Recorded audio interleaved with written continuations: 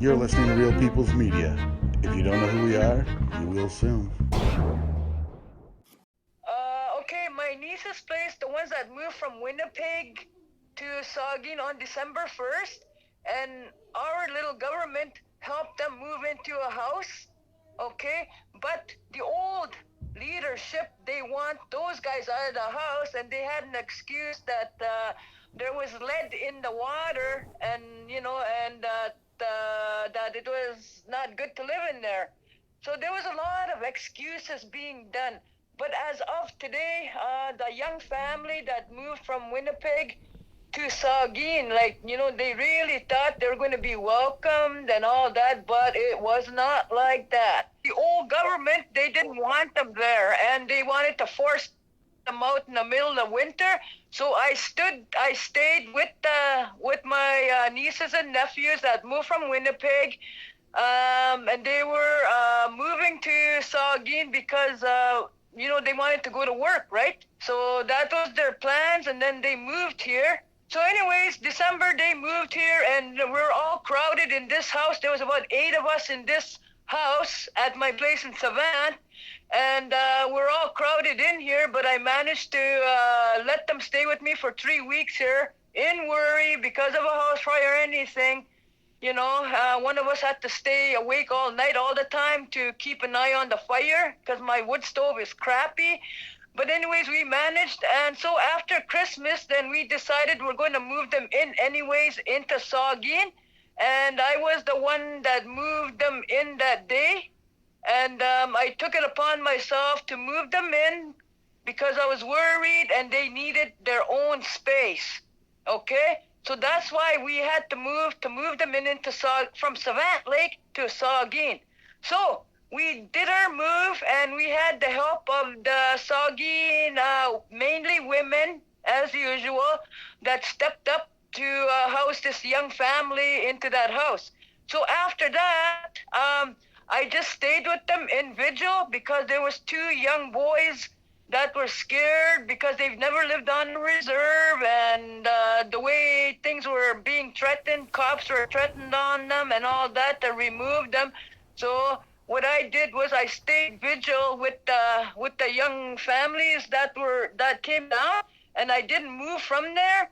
So I stayed with them. Every time I left, they wanted me to stay, so I kept staying there with them, right? So I slept on the floor, but they had their rooms and a nice house. And it was a lot easier, but we're always at a worry, like, when are the cops going to show up and kick us out, like that. So I just stayed with them. I stayed vigil, and I stood by them. I did not abandon them. Right to when I got COVID there a couple weeks ago. So with the COVID thing, oh my God, it's a terrible mess now.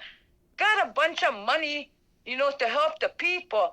But what they're doing is, they're paying their their grandsons to stand guard at most of Saugeen now with big pay. And, and it's so ridiculous. There is no food order. I had asked the health worker, when will this food order in? She just, threw her hands in the air. She goes, oh, maybe sometime this week. So that's the kind of abuse that we're under right now, seems like, mentally. I don't know if things are done intentionally or they're just not that bright about, moving on this COVID thing. They were warned about it as well about 2 weeks ago when the young woman there, she was sick, hacking, gagging, and all that, and I kind of knew, but I didn't bail on them. I couldn't bail on them. They're all young, and they were scared. So I just stayed there knowing, I'm going to get sick too. But the funny thing is, I did get sick, but it wasn't, it was a big anxiety attack I had. My daughter-in-law had OD'd, and it just really ripped me. I couldn't stop puking for 2 days, crying. I'm still sad about it, but, I couldn't go to her funeral because of this COVID thing. And, it does really hurt when you go through this and how people shun you and look at you as a plague. So that's what we're going through, that mental abuse. But again, I stand by my family no matter what. And so that's where we're at right now with this COVID thing. A couple weeks ago, we did ask for a test with one of the health workers. He said he'll be back, and then he never came back. And that's why it kept building up inside that house as to, the other one's getting positive. Yeah, that's how it went. And we just waited and waited for this guy to come back. He says with the COVID test, and we all just wanted to know where we stood on it, so that way we could move on it. But it took longer than they could have moved faster. But I don't know why they were so slow. I really don't. So, anyways, here we're at right now. We're struggling. Right now we're on our own, me and my brother, for essential runner. We got no runner here. We got no wheels. As you could hear the generator, that's how we kind of live like that right now. As we don't have running water, we don't have electricity, but we do live on generator. Even getting gas is hard. We got to find somebody that's negative to go to the store for a roadside curb.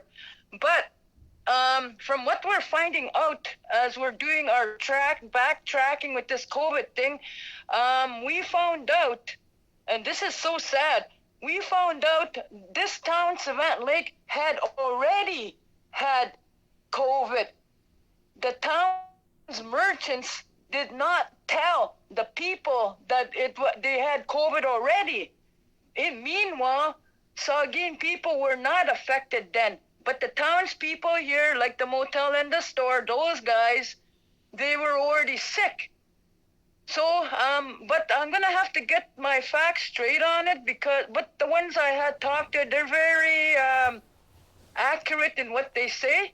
And the two townspeople told us, like, they did have it already. So, this one certain day, the girls from Saugeen, my nieces, they came into town to get grocery order, and the one that got sick, she said she knows she got it from there because the old guy was coughing and he didn't even have his mask on.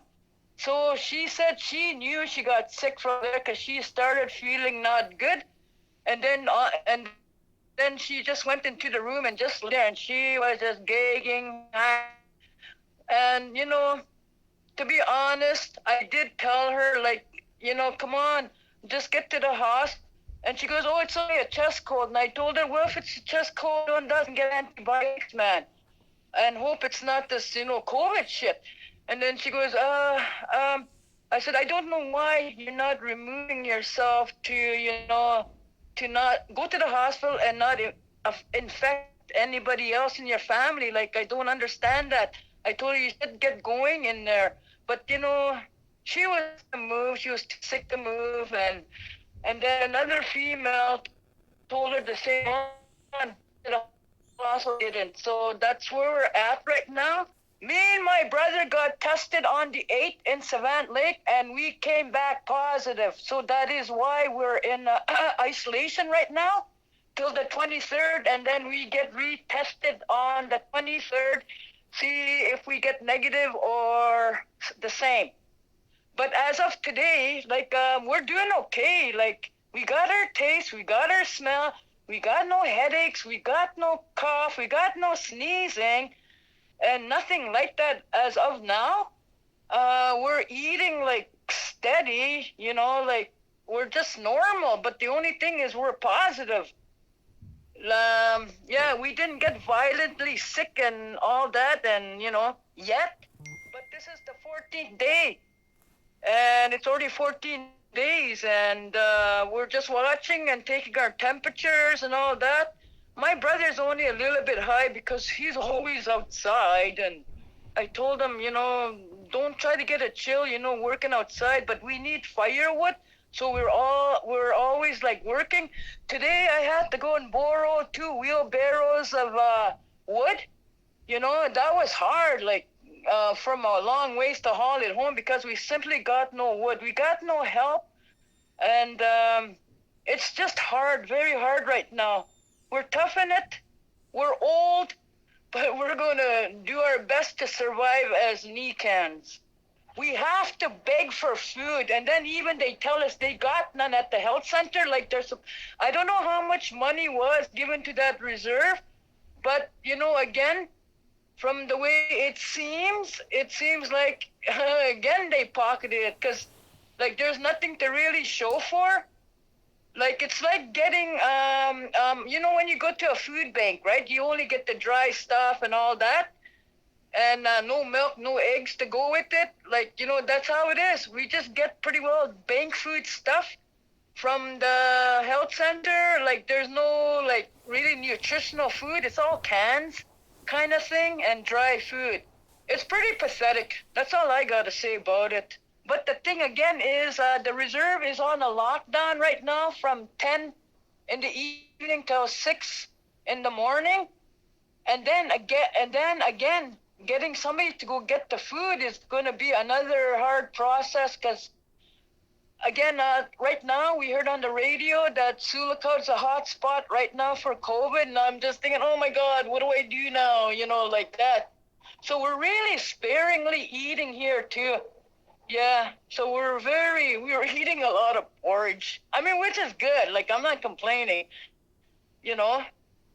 But it's just right now, it's just cold, it's snowed, it's supposed to be sunny for 2 more days, so we're going to go into the bush and try to cut as much wood as we can.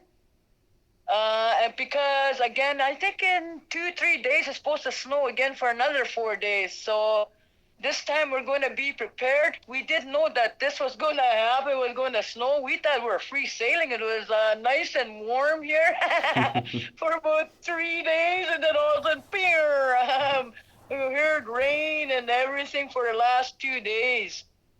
Yeah, so it's been kind of rough right now.